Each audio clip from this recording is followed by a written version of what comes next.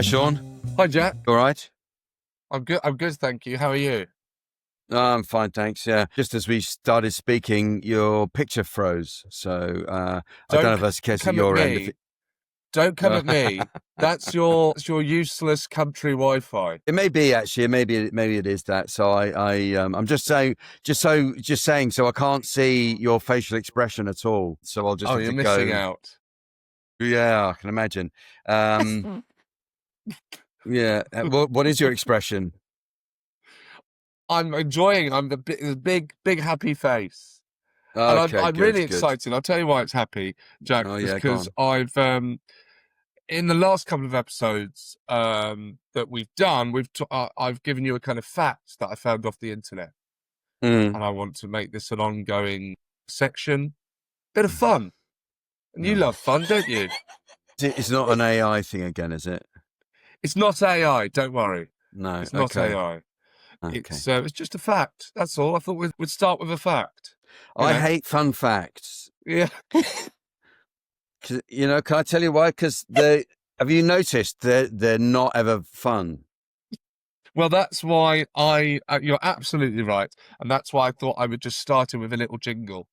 I've not made a Okay. jingle, but we'll just kind of hum it, kind of a cappella style. All right. Yeah. So, dog fact, dog fact, dog fact. Oh! There we go.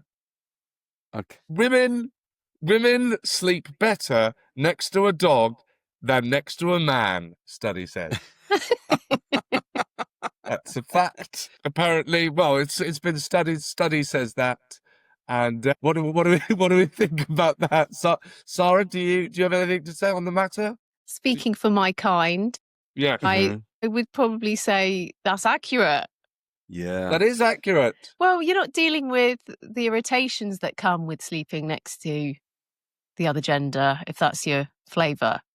You can cuddle up to your dog and they're really cute if they snore. So there's all those lovely things. Yeah. I mean, it is. We've sort of touched on this, I think, previously, didn't we? Like with your misophonia, your fear of hearing people eat, but it doesn't matter if it's a dog doing that. Right. Yes. So it is funny how if snoring bothers you, which is bothersome, but if it's your dog snoring, you forgive it. It's incredible. I think the lesson here is that women need to be nicer to men. How have you come to that? Spot on. Absolutely spot on. That's what I was leading to. Thank you. So that's finally someone's had the guts to say it. Yeah. Thank you. Yeah. But I quite often wake up in the night and I can't get back to sleep, but I very quickly get booted out. Jane says, go in another room. Right. Oh yeah. And because we, have various people staying in the house, I have to find somewhere to sleep. So it'll be on a sofa or in, Did Jane like this study? Yeah. So the other morning, Jane brought me a cup of tea, and I was on the sofa in the sitting room. And the previous night, I'd been in the spare room, and she says, "Oh, you're like a little house tramp who just just curled up asleep on a bench somewhere." Well, so it's her fault. She chucks me out. She's never once told Dolly to leave the room ever. So I think it is probably true. Dolly's living a much better life than you, Jack. Yeah, she is. I have a question. Do your dinner also put in a bowl on the floor? No, not quite. No, not quite. I think it's the bottle in the brown paper bag that Jane really objects to. But it's, it is. And the other thing that happens in the night is that Jane will sometimes, instead of saying, Go out, go and sleep somewhere else, she'll say, Dolly wants you to go and sleep somewhere else. So I'm out on my Do you do Dolly's voice for that? Yeah, go on, Jack. Yeah, go on. Well, get some kip. Out you go. Oh, slinger it. I think that's a great way to end a relationship. You just put it in the hands of your pet. Yeah, do you know what?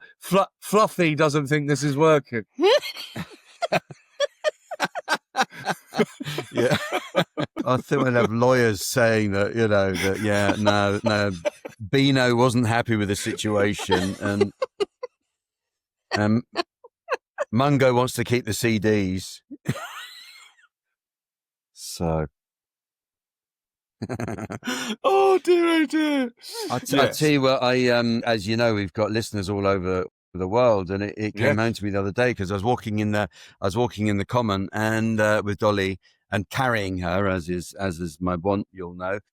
Yes. And a woman stopped me and said, "Oh, is this Dolly?" And I said, "Yes, it is." So this happens, on a fairly regular basis now that people know it's Dolly. Yes. And she said, "I know that because my sister lives in Canada and she listens to the podcast, and she's been ringing me and telling me all about it." And so, so I know why she doesn't just listen to the podcast herself. I don't know, but that's by the by. But it's quite a nice. It's funny. What a funny world we live in, isn't it? Where you can be walking your dog and someone knows who it is because someone in Canada has been listening to the podcast and has told her. I know. It's anyway, wonderful. Yeah. No, it's very nice. Well, we have messages. We have some lovely messages from listeners around the world. I mean, you can say around the world, can't you? They're anywhere. They're still around the world. Yeah. They could be in Dartford. It's still the world. Yeah. I mean, it's only not around the world if you're in the place where it's coming from. Yeah. Don't get confused. Don't get confused if you're listening in Australia and we say we get listeners from all around the world. This one's from Australia, and they say, "Hey, what? I'm in Australia. That's not around the world. That is the world." But anyway, I'm just glad we've cleared that up. There was a pointless, surreal tangent I went off on, which I slightly regret now. Especially because we're actually going to hear about the Greyhound ban first before we go to our listeners. Yes. Should we do that? Okay, we will, because Sara has been in touch with Nina Coppleston-Hawkins, who is campaign manager at Animal Aid. We were asking about Greyhound Racing. We don't know very much about what that is and the campaign to stop it. Yeah. So let's hear from Nina. She sent in a voicemail. Hi, Jack, Sean, Sara, and all my dog listeners. This is Nina here from Animal Aid. We're a national animal protection organisation who campaign on a number of issues where animals are harmed. And I'm here to tell you about our new campaign to end greyhound racing across the UK. Anyone lucky enough to have met a greyhound will know them to be sweet, affectionate dogs who should be snoozing on our sofas rather than running for their lives. Can you believe that between 2017 and 2024, more than 4,000 dogs have died or been put to sleep because of their involvement with the racing industry? And there have been more than 35,000 recorded injuries. In 2024, a greyhound was killed due to racing every 3 days. And as if that wasn't horrific enough, away from the track, greyhounds endure further suffering, with concerns around constant kenneling, lack of enrichment and play, poor diet, and even the risk of being doped. What's more, the number of greyhounds being bred for racing means that there is not enough provision for the greyhounds forced out of the industry each year, putting huge strain on already struggling rescue centres. Tales of abuse, neglect, and cruelty towards greyhounds are endless. But it doesn't have to be this way. Wales has already made the compassionate decision to ban greyhound racing, and it's time for the rest of the UK to follow suit. If you love dogs and you care about their well-being, which I'm sure you do, then please get involved with our campaign and help end greyhound racing for good. You can sign our government petition by going to animalaid.org.uk/greyhound petition. You can get involved with peaceful demonstrations and order free campaign materials by getting in touch with us at info@animalaid.org.uk. And you can share our social media posts. And if you're based in London, keep your eyes peeled for some bright and colourful hounds across major underground stations this August. No animal should suffer for sport. Let's end greyhound racing for good. Thank you for listening. Well, some absolutely horrific stats there in the voice note. And thank you to Nina for leaving that voice note. Yes, we've got the link, haven't we, Sara, for people to sign up. Yeah, I will put the link on the show notes too, but it's animalaid.org.uk. Yeah. Yeah, it's something I didn't know. I didn't know anything about. I was sort of vaguely aware that subject is kind of in the air, isn't it now? And at the very least, to find out more about it is very important. And that was a powerful message. And as you say, some horrible statistics there. So I will endeavour to find out more as well. But animalaid.org.uk. And we'll pick it Yes. up with Nina again in our next series. Yeah, Yes. maybe will she come on as a guest? Yes, I've spoken to her. She's lovely. Yes, we'll get her back on Okay. and we'll find out how it's gone because I think August is the big push. Oh, okay. Yes. Okay. All right. Well, we look forward to that. that. Well, we do have some messages from our listeners. We've got Mhm. one here from Liz. Oh, how would you pronounce that? Liz Rodderkirken. Rodderkirken, yeah. Rodderkirken. Liz Yeah. Rodderkirken says, well, that's it. I'm all caught up with the podcast. What will I do without my daily dose of Oh My Dog? I even just watched all of the John Smith's adverts to fill the gap.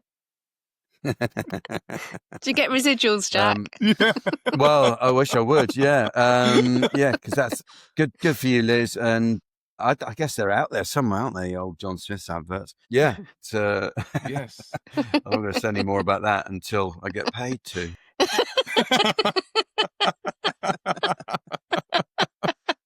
Yeah.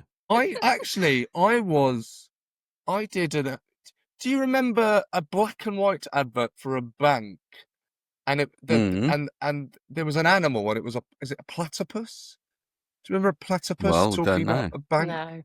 No. Well, it was quite big and No. it went on for years. And they decided that they were going to bring a new character in, a kind of lizard or a gecko. Right. And Yeah. and I was the lizard. And that You were the voice of the lizard? I was the voice of the lizard, and that. Yeah. Let's And I clarify thought, here that. we go. Sorry. Yeah. I wasn't running around in a lizard suit, but I was the voice of Yeah. the lizard. And that Okay. campaign just ran for one short campaign and they ended it and it didn't really do any damage.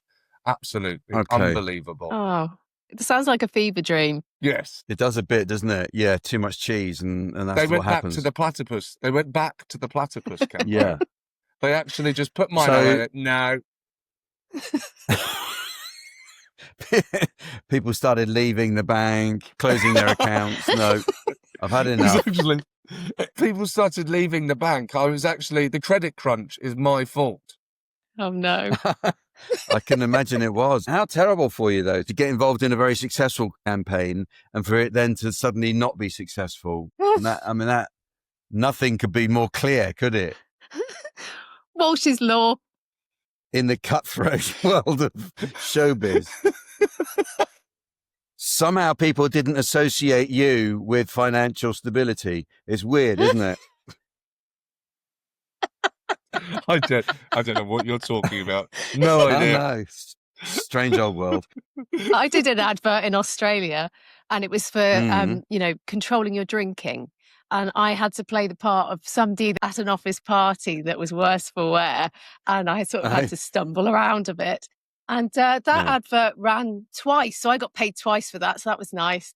Oh, nice. Good. That was very Yeah. good. I didn't know you had done stuff like that. Had you done acting over there as well? Was that or did you No, it was my friend was the director and she said, do you want to do this? And I went, yeah, okay. Yeah. And then I did go for another advert, but I didn't get it. Oh. So that was What the end of my acting advert? career. What was the It other was for advert? furniture. Oh, all right. He's obviously we touched a nerve there, haven't we, Sean? Everything okay? It was for furniture. It's for furniture, all right. I just spin round in a chair, and for some reason they didn't like the way I did it, and someone else got the job. Oh no, I think that's silly that you even going up for that. You just don't look like a spinning the chair type. Sorry, No. awful casting. If you've What not were they gone to thinking? drama school and done the spinning chair course, it's a module they do in year 2, and it's essential.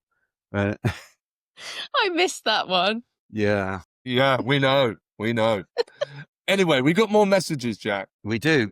Marianne Robinson says, we live in Australia, and years ago our vet suggested giving raw chicken necks to our dog to help clean her teeth.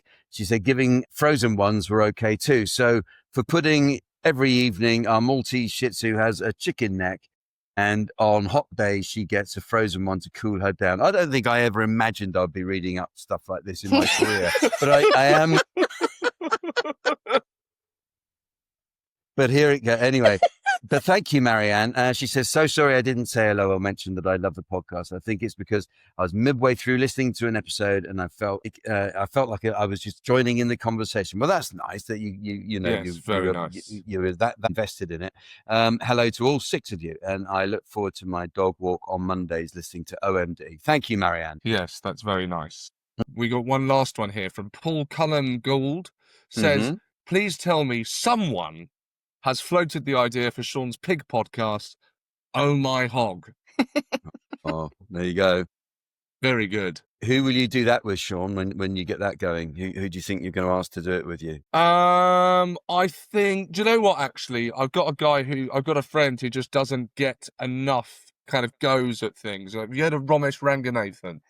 Yeah. I think it'd be just nice to give him a bit of a break. Yeah. What's happened to him? Is he okay?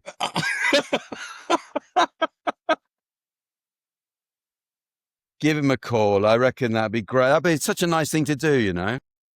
No, just give him a leg up. You know, he needs it. So yeah, listen out for that. There is actually another email, and it's a bit of a longer one, but it's so lovely that I actually cried when I read it. So I wonder if you could do that, because it's very sweet. Okay. Do you want to go, Seann? Well, hang on. Seann, did you cry? I'm worried now that you've kind of set the bar. And now what if I read it and I get it wrong. I get the tone wrong and they don't cry. Yeah. Well, that's okay. I'll give it a go. Do you know what's in the email? Do you know what it is about? Do you know what? When scrolling down this doc, I obviously scrolled too far past that email. Just tell the truth, Seann. You don't read through anything I send you before the show. That is not true. I knew Oh My Hog was coming. I am normally prepared. I missed this one and I apologise. Let's have a look. Okay. Right, okay. All right. So look, dear Jack, Seann, Sara, listeners, and all the dogs.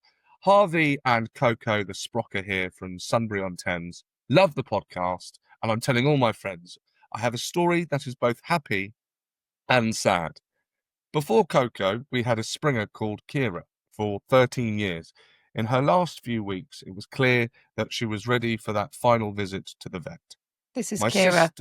There's Kira there, very sweet, in the field, tongue out. My sister in America had told me of a thing they do over there on the final vet visit called a chocolate kiss. As dogs aren't allowed chocolate, being this close to the end is no longer a problem. In the vet's waiting room, I had Kira on my knee, and in my clenched fist, I had a Reese's Piece chocolate cup. Before the vet came to take Kira next door, I let her have a sniff of the chocolate, and her tail was frantically wagging, and she was drooling in anticipation. Once the vet had prepped Kira, she called me in, and Kira was on a rug on the floor. She was looking up at me, tongue out, dripping with drool, tail wagging, and her eyes staring up at me, saying, I don't know what it is, but give me some of that good stuff, Daddy. I knelt down next to Kira, and as the vet administered the drugs, I let Kira snuffle into my fist and enjoy the delights of her first ever Reese's Piece. As the drugs took hold, she looked so content and drifted off smiling, having had a chocolate kiss. And that's from Harvey. Nearly crying again. Yeah. Oh, that's really, it's heartbreaking. It's one way to do it. And it's, I've been there with having to say goodbye to a dog and letting them go like that at the vets. And it is, it's a very kind of profound moment, I have to say, because you are made a decision to do this for your dog, and it's a really hard one to make. But I've never, in the cases when I've done it 3 times now, I think, I've never come away feeling I did the wrong thing. I always knew it was the right thing to have done in the end. Yes. It's really hard. Yeah. That's lovely, Jack, because, I think that is the biggest concern for people, to know they've made the right decision at the right time. And do you remember before we had a listener that wrote in about her website, which is called Friends at the End? Oh, yes. Yes, that's right. Yeah, I'll repost that so people can have a look at that. But I just think it's something that obviously we all have to deal with at some point. So that was a really lovely way of saying goodbye, I thought. Yes, very nice, very touching, and thank you for sending that in, Harvey, and hopefully that also helped some of our listeners if they are going through that difficult period with their dog. Yeah, I hope now, so. With us today, which is very exciting, is our favourite TV vet, and he joins us now. It is, of course, the wonderful Dr. Scott Miller. So, we talk quite a lot on the show about dog food and feeding your dog. Yes, the right things to cook your dog. Sara, you're actually cooking I have been, Juniper food at the moment, yes. Sara has had a bit of a nightmare with Juniper, haven't you? She's been turning her nose up at a lot of stuff, not just your cooking, but other other dog food brands. Seann, I told Sara to try Pure Pet Food. It's made in Yorkshire with natural ingredients, and it's dried, so you just have to add water to bring it back to life, or activate it, as I would say. Activate it. Did they use the word activate it? They don't. I put activate in because okay. It sounds more official.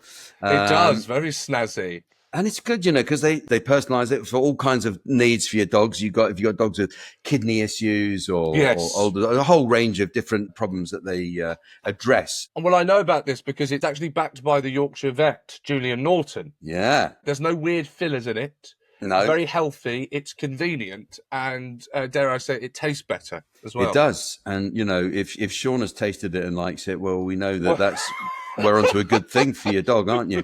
But here is the clincher, everyone. They're giving our wonderful listeners, all of you, 40% off your first box. It's not just a discount. That's like your dog winning the lottery. Yeah.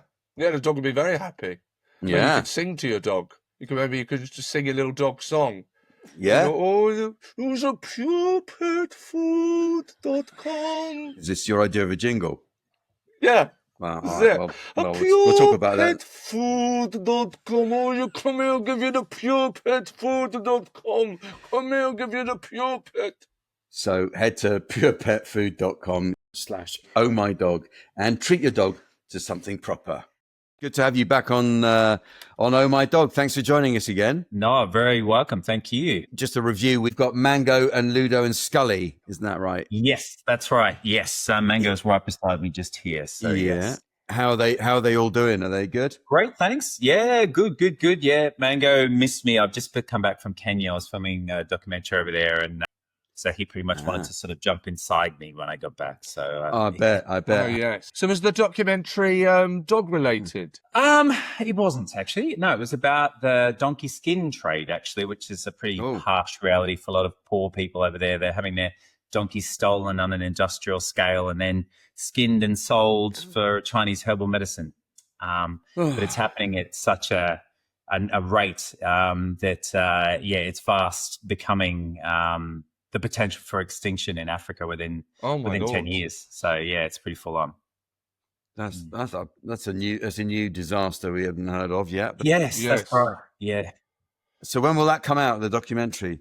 I'm hoping it'll come out in October. So all right. So more and more getting involved with these sorts of more harrowing things. Of obviously the Ukraine stuff is a big thing, and then the next one is something about kangaroo skins, which they're using as for shoes, and but actually kangaroos are pretty much disappearing as well. So seriously, in Australia, but Australians still think they're pests. So we last saw you on. Sorry about that. Well, no, but it's great to hear what you're doing, and it's not all fun and games, is it? And especially in your world as a vet, you deal with some very serious stuff, and it's good to know that about it. There's some new research out by pet safety brand Tavo. Do you know what this is about? It's about dogs in cars and that's it. So it's pronounced Tavo. And it's basically just about raising awareness about safer pet travel, really, just because of some of their research has come up with some pretty extraordinary findings. I'm sorry about my phone. Are we recording yet or not? Yes, sorry, we went straight into it. Yeah. No. Wow, we're so casual. It's like, oh yeah, sure, let's go. Yeah. Was that your phone, or did you just get a good idea? What's that, sorry? I said, was that your phone, or did you just get a good idea? Yeah. No, the idea was actually to turn my bloody phone up. So there you go. Especially being like a professional broadcaster and all. The research is really driven home, pardon the pun, the importance of pet safety, particularly when it comes to our dogs jumping into cars. And I suppose they hark back, which I believe many of us, maybe not your producer, but many of us can remember when in the 80s when car seat belts became a thing. And you had to put the belt on, and it was a bit weird at the time, but you thought, okay, no, you sort of get it. And as a parent, you're like, oh, yeah, that's a pretty good idea. We should be harnessing these little ankle biters before they go flying through the windscreen. And yet somehow it's a bit of a blind spot when it comes to our pets, because we've got to a stage in 2025, this Tavo research has come up with 59% of motorists in the UK have travelled with their dogs unrestrained. Now, I always am very open and honest about my behaviours and of others, and we've all done it. Mango is such a big fan of just scooting straight into the passenger seat, jumping on the seat, and you're like, oh, it's fine, he'll be fine. You'd never do that to your kid. You'd never go, oh, no, it's absolutely fine for you to sit in the front seat with your head out the window with no seatbelt on. You just wouldn't do it. And if we align ourselves with the mindset of saying that there are fur babies and they're part of the family, then you go, well, then why wouldn't you afford them the same level of safety that you would the rest of the human family? Yeah. And when you contemplate that, it's a bit of a eureka moment to go, God, that's pretty remiss of me to have been doing that. And so it really does, I think, require a fresh perspective to this. And we just need to be swift on the uptake when it comes to restraining our pets in cars in future. Yes. So we've got some horrific... Sorry, Jack, go on. Oh, sorry, Sean. I was going to say, what are we talking about? We're talking about seatbelts for dogs, basically. Well, yeah, there's lots of ways to go, but the pet protection systems that have been designed by Tavo actually are the only ones that have been crash tested.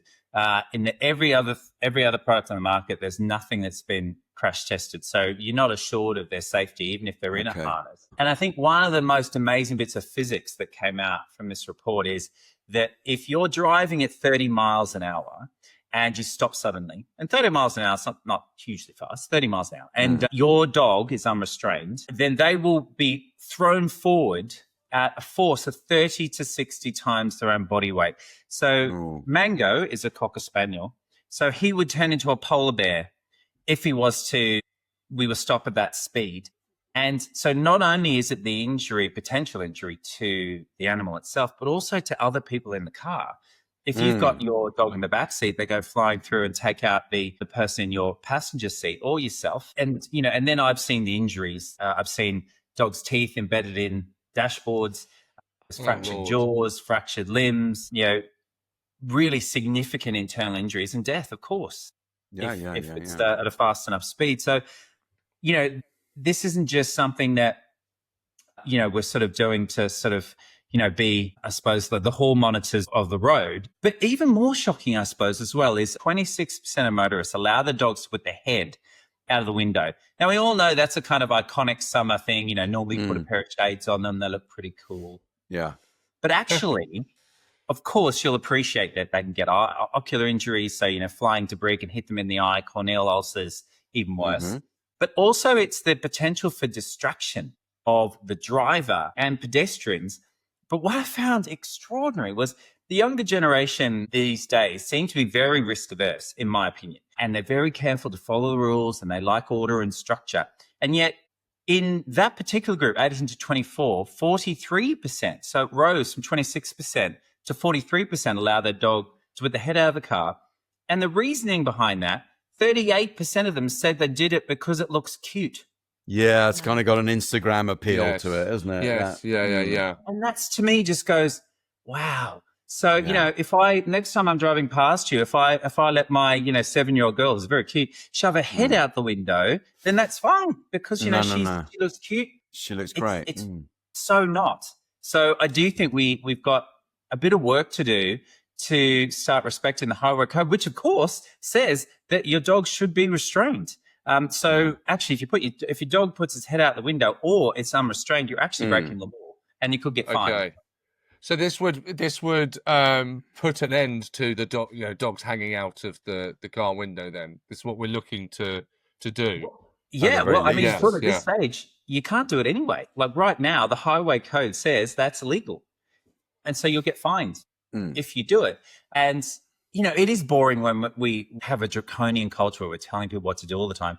But when it comes to this one, I think we're going to have to take the role of being responsible pet owners. And a responsible pet owner will put their animal safety ahead of what other people might perceive of you or your animal in this circumstance.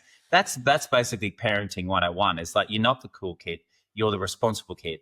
And when it comes to our pets, this is a real blind spot. And I think that it's something that as dog owners, we do need to kind of take a little look at ourselves and question what we're doing. And maybe moving forward, we might change our attitudes and behaviors. Scott, do you think that it might be to do with the fact that there's quite a few different variations of what you can use, and so people don't really know which one to use? So I use one that goes around the headrest and then clips onto Juniper's harness. Mm-hmm. And that's what I use. But I know there are lots of different versions. There's, ones that sort of encase them and things like that. Do you think it's kind of like people don't really know what to do? I do. In the Tavo survey, it said 39% of pet owners in the UK who travel with unrestrained pets do it because they don't believe restraints are necessary if the pet stays calm. Well, that is wrong. Actually, they all need to be restrained. And I'm glad to hear that you're enacting some level of restraint. As I said, the pet protection systems are the only ones that have been, they've got ISO fixes, and so they're tried and tested in a crash situation. But any kind of restraint is better than none at all, even if they might not be wholeheartedly effective. But I think the gap is just simply that they should be restrained at all. So not so much that I think people do go, oh, yes, I probably should put it in the harness, but I forget, and the dog jumps in and the kids are driving me mad. So I've got their seatbelts on. Let's see what happens. I suppose it's the other side of the coin that I get to see, which is the unfortunate disfiguring side, which makes me just want people to just question their own behavior. And that's the great thing. You guys have got this amazing podcast, which is all about us being ridiculous about our dogs. And isn't that wonderful? But I bet you there's lots of people listening right now that let their dogs jump in the car and they don't restrain them. That is just something I think we just need to stop. We need to breathe. We need to think, is this a good idea? Could you go, of course, it's a good idea for them to have some level of restraint and protection. Yeah. So if they go into the back of into the boot, for instance, in a cage, which you quite often see, don't you? Would they still need to be restrained inside one of those? Is that? It's generally not a bad idea that they are they have some sort of tether to them, so they can't just fly forward. Yeah, exactly. So, and that in a lot of ways is protection for you as passengers as well as them. Larger crates are the only way to go when it comes to a larger dog, because it's harder to put them into a car seat. You can imagine inside the car seat. Sure. But all those sorts of things are certainly worthwhile considering. They're really easy to get hold of, and it's certainly worth checking out tavo.com. They've got loads of pet protection systems in there, but it is certainly something that I really do hope that particularly our younger generation of dog owners start to get with the program a little bit. Okay, so it sounds great. Well, if we look up, we go to Tavo. That's TAVO. That's it. And they obviously they've got all kinds of different kinds of for different dogs. Yes, that's right. So there's different sizes, smaller dogs, and also cats as well. They can go in there. Another concern is I know we don't talk about cats on this show, but they are outrageous. I brought that up. Sorry, the C word. But they can sometimes go in places that they shouldn't, particularly underneath brake pads or brakes. Yes. So we just need to be really careful with all animals in the car. Yeah. And so whilst we're talking about dogs in cars, another thing that obviously can be a problem is motion sickness for dogs. How do we tell that they've got motion sickness in the car, and what can we do to keep our dogs from stop being so nervous? Okay. Nervous travelers. Yeah. I mean, anyone that's had a puppy generally will realize that they might have the occasional unfortunate puke, particularly if they're coming just back from the breeders. They've never been in the car before. There's lots of vibrations. There's lots of noise. It's a very scary process for them, particularly if they've got a far more sharper sense of hearing than we do. So it's all about just getting them used to it slowly. So small journeys. Even if they get really nervous in a car, the best way to do it is to start with the car completely off. You give them some food in the car and just assimilate them to the environment. And then you do really short visits out and back without expecting them to go like a 3-hour journey down to the beach or whatever. So you do need to just get them used to it slowly but surely. And from your vet's perspective, there are a number of things that we can use to dampen down nausea in animals, and some dogs that are just repeat offenders in the backs of cars, then absolutely we can use something just to calm their nerves down and hopefully get them through. So either mild sort of sedation, or we use an anti-nausea drug. But there are things that we can do. But generally, I find that slowly but surely you can train them out of the problem. The other thing we do is we avoid feeding Dolly if we know we're just about to get in the car. And so she just has a delayed meal, so we don't just feed her and then jump in the car, because that would make anyone feel sick, wouldn't it? Well, yeah, and and certainly when she is sick, then that'd make you guys feel sick as well. So good plan. More to clear up. Very good practical point. Thank you. Yeah. No one needs that on the drive down to the beach today. No. Is there a difference between, in your experience, between the electric cars now that are coming in and conventional cars? Yeah, do you know what? There is. There's a lot less vibration and a lot less noise thrown out from an electric vehicle than there is from a standard sort of petrol or diesel vehicle. So I do think that there has been improvements made for dogs on that front. In the same way, like, technology is such an interesting thing when you sort of, dogs are sort of wired the same way, but how dogs nowadays watch TV, and they didn't used to watch TV before. They were like, what's that noise coming from? Where is it coming from? But it's because the acuity of the television has improved. So actually now they can see things they couldn't see before. So only last sort of, like 10 years or so. So, like, if your dog's intrigued by, an episode of EastEnders, it's because they can actually see the dog. Whereas before they're like, who was speaking with that very strange accent? That's okay. So to all our listeners out there, make sure you've got a 4K telly. Yeah, your dog will say thank you, potentially. Yeah. If it's not HD, I'm not watching. That's what the dogs think. Yeah. I saw the other day someone walking a Cocker Spaniel with a thing over the dog's ears, basically to protect the dog from grass seed. Now, is that something that you issue, Scott? Is that? That's how I wondered if the kid was neurodivergent and maybe had some of those ears mufflers on the dog. Which is possible. I've got 2 neurodivergent kids myself, but I don't know about the dog. Well, maybe. I don't know. Grass seeds are a shocker.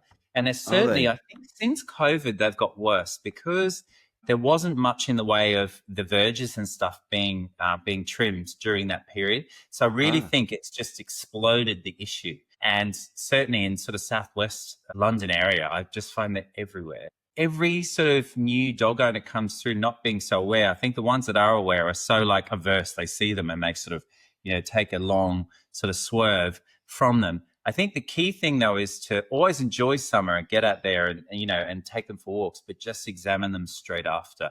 It's just a couple of minutes of your time. Examine them from head to toe. Look in their ears. Look between their toes. Look under their tail. Look in their groin. They'll be okay with you doing that. And just look, because you can pluck it out so easily if you just do it there and then. But you leave it a day. They truck their way in. It's super painful for them and for your wallet. So definitely an easy thing to prevent. Obviously, people can Google this, and I will do this myself. But what are I don't know about this issue. I don't know. I don't even know what dry grass seeds are. What are we looking for? Okay. Yeah, no idea. Sorry. It looks like if you think of a sheath of wheat, so wheat in color. And the problem with them is that they're an arrowhead, so they're like that. So when they settle on your dog, they're just a little bit abrasive so they can settle. And then what they do is they just, as the dog moves, they just wiggle their way in. And because they're very sharp, they then, oh, yes. Yeah. Yes, I have. Well done, yes, Sarah. I have taken these out of Mildred's coat. Yes. Yeah, and then they just pierce the skin, but they keep on going. And there was a case of the RBC where a dog had swallowed one and it didn't stop until it had punctured the surrounding of the heart.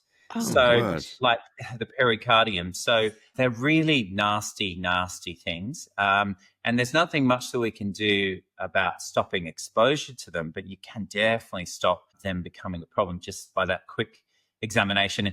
And I always say to dog owners, look, vets at the moment have we've sort of been dragged through the mud by being corporatized. And so as a result, prices have got much more expensive in a short space of time.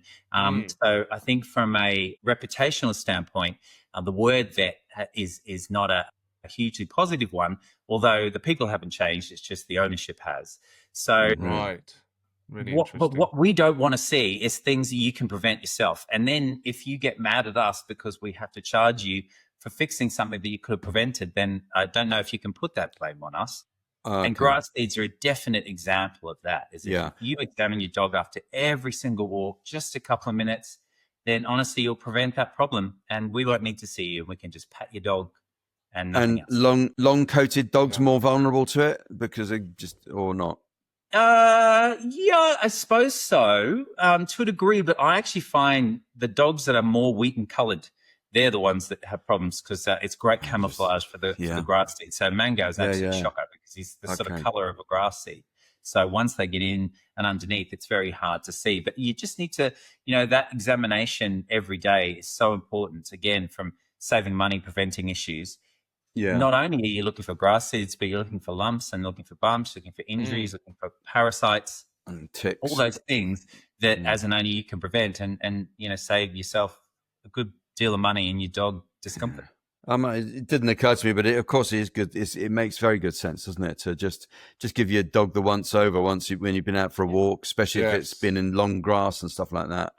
Yeah, for sure. I mean, I think it's one, again, we talk about blind spots today when it comes to dogs, is again, we have this huge love for them and we sort of expound our feelings for them, but actually we could really do with improving our knowledge of our individual dogs.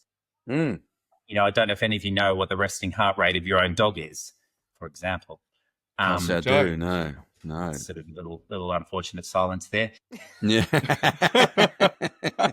This is what I'm saying. No one knows. So if your dog was to have a cardiac arrest, you wouldn't know how many times to pressurize his chest because you don't know what its resting heart rate is. So some basic knowledge about your dog, about where you feel its pulse. Do anyone know where you feel a dog's pulse, by the way? No. I did not know you were going to turn this on us. We are, just so you know, we have the power of the edit. We are going to be Googling these answers and we are going to be... to you, Scott. I'm just going to stop this. We're gonna... I love it. Everyone's got a little shade of red. It's actually your femoral artery, so it's just on the inside of your groin, not your groin, the dog's groin. Yeah, wow. Yeah, just stuff like that. So that's not to embarrass. Apologies, although I saw it did. Is in fact to learn these basic things is just so important, and that's what I just love. Is the more people are educated, the less they need to come and see me. And vets are good people who just want you to look after your animals better. And a little bit of knowledge about your kids and about your dog is going to save a lot of stress. So I think if we can focus as much on the love and focus a bit more on the science, I think that would be swell. That sounds like very good advice. And you've certainly we're all sitting here thinking, I don't know that, but no, you are right. I've been sat here, Jack, thinking I've got to stop leaving Mildred on top of the car when I go out. As long as you strapped it on, it's fine. Okay, good. Yeah. I'll put a pair of goggles on because I don't want to deal with those eye injuries. Okay, thank you. I think we've all thought after doing this show for 2 years that we're very knowledgeable now, but I think you've just shamed us completely there, Scott. But it's very it's very, very good to hear you and be able to ask some questions, and hopefully that's the kind of thing that people will be walking along listening to this on their ear headphones and thinking, oh gosh, I never thought of that. I will. Yes. When I get back we'll give the dog a once over and make sure there's no. Well, I just always think every day is a school day. I'm constantly learning. It's just a really good thing. Just a little bit of knowledge is power, isn't it? And if we love our dogs as much as we say we do, then we should know a bit more about them as well. Definitely. Absolutely. Thank you so much. Well, before we let you go, and it's been, as always, wonderful talking to you, can you remind us, do you let your dogs kiss you on the mouth? Oh, gosh. Yes, I do. Because all the issues that I see at work and the dental disease and the and the coprophagia, which is obviously the Latin term for eating poo, which I'm sure you knew as well, and yet I still do. So can I ask the same of you guys? Is this a universal thing? Am I doing the wrong thing here? I'm afraid it happens a lot. It does happen in our household. Generally, Dolly doesn't like to kiss me. She's fussy about me, but she goes for Jane in a big way. Right. Yeah. Well, Can't blame I her, don't know if I really. can comment on that. I'm just going to smile and nod. I like a big kiss on the cheek. Is your dog a licker, a face licker? Mildred loves kissing. Mildred loves kissing everyone, and I don't mind a big kiss on the cheek. That keeps me happy. Yeah. I do get Juniper give me a bit of a lick, which sometimes enters. It's not particularly pleasant when that happens, but I usually just jut my chin out, give her the chin. Yes, that's a good solution. Yeah, I don't advocate it because it's one of the highest concentrations of bacteria on the planet is inside a pet's mouth. Great. But love the powerful things. It is. It is. There you go.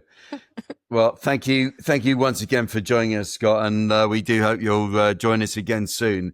And I'm about to go and log on to Tarvo and find out what sort of dog restrainer I need for the car. Please do, and always a pleasure, guys. And next time I'll be setting a small quiz. So just oh gosh, we look forward to that. I'm sure. Thank you very much. Cheers, Scott. Thanks Thank so you. much, Scott. Thank you. Guys, all the best. Oh, haven't we been shamed? I stepped right into it. I couldn't even pronounce Tarvo right. I felt like stopping you there. Look, mate, I'm trying to help you out here with a plug. They want it spelled like that. They should put an R in there. At least, how do I know these people even know what they're talking about when they can't even spell their name right? Anyway. Yes. I'm going to... It'd be interesting to know what our listeners... how our listeners to respond to that and how many people do, just let their dogs in the car. I see it all the time. Dogs have always got their heads out the window. And I think listening to Dr. Scott has made me, I've got to get my act together. And I've got to do, I hold my hands up. I've got to do a lot better, and I will be after that. I think, I'm going to give it some thought as well. It is obviously an important issue, but I have to say, because he said, as health and safety kind of, as we progress, we realize that we can do this and that to make ourselves safer. When I was a kid, and this is about 7 years old, that age, we shared a school run with another family. Back then, you never had seatbelts in the backs of cars. That didn't happen anyway. But the other family, I remember what his name was, he had a comma van. We used to be in the back of the comma van. There were no seats at all. It was just an empty space. Oh, yes. Yeah, I used to love that. Yeah, like a transit van. And the game was to see if you could stand up in the back of the van the whole way to school, going around corners and of course, you go around a corner, you'd be smashed against the wall. It was, you just think it's hilarious. Yeah, that's what you think is hilarious. So, but things have moved on, Yeah. And he made that point about, you wouldn't let your kids gotta behave the way people might let their dogs behave in the car. It is an important point and something that I guess we all overlook a bit. Yeah. I thought I'm gonna have to stop letting Wilder drive. Yeah. Sounds of this. The bit that really got me was the resting heart rate. What? No clue. None at all. No. Who knew dogs had that? Yeah. I mean, obviously they have a pulse, but Yeah. I never thought you needed to know what it was. But of course, I guess that is right. Yeah. Anyway, Lots I didn't know where it was. Did you guys? No, I didn't of course know. not. No. I think at some point in a panic, I said on its wrist, and I. Did you? No, you didn't. Oh yeah, I did, but it's not such a stupid answer. No.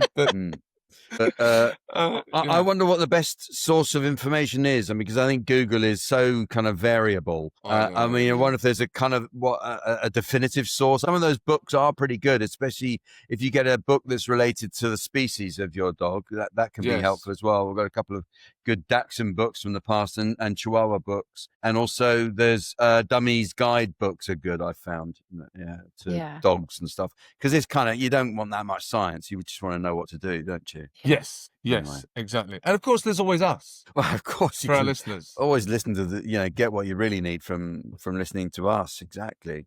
I have to say, what's been quite nice, Jack, you mentioned, bumping into someone that knew who Dolly was, and it's always lovely meeting my dog listeners and coming to the shows. But I have to say, kind of put me on a pedestal that I don't deserve. That people start asking me about what they should do with their dogs, and I absolutely know nothing. Do not come to me for anything, please. It's just this weird authority of Yeah, fame, yes, you know. Yeah.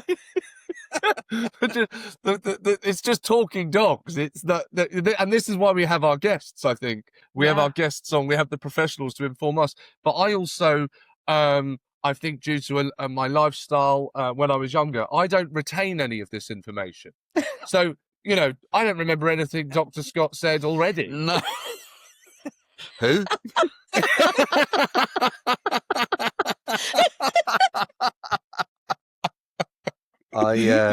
But I agree. I love that you're giving information, because sooner or later there'll be someone at the vet with their dog and saying, but who said it would be a good idea to give your dog a spanner to chew? Oh, do you know Sean Walsh? He he told me in the park, so I went and got him a spanner. Oh, that's fantastic. Oh, there you go. There we go. Well, thank you all for listening to Oh My Dog. We hope you're enjoying taking a deep dive with us into our love of dogs. Yes, and please remember, you can also watch us on YouTube now. We're on YouTube. The channel is at OMD Pod. And please keep on getting in touch by emailing us at hello@omdpod.com, where you can leave a message or leave a voice note. And give us a big follow on Instagram at OMD Pod. Sarah's always posting the best dog content on the internet there, and keep on leaving us your voice notes. Yeah, and don't forget to give us a 5-star review wherever you get your podcasts as well. And remember, a dog is for life, not just for podcasts. Yeah, I'm just going to go and hide that spanner. Off to Screwfix to get another meal.